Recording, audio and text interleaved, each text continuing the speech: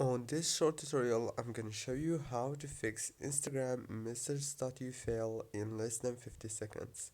So, all what you wanna do guys to fix this problem is actually so easy. Just open the settings on your phone, go to the apps and then open the apps manager. Now on this page you will find all the apps that you have on your phone. Go to the Instagram app and click on it, and now click here on this force stop and click on storage, click on clear cache, clear data, go back, click on the data usage, make sure to enable all those options, go back, and now last thing you want to do is open the power usage details and then click on the power consumption alert, disable it. That's it guys for today's tutorial. Don't forget to like, subscribe.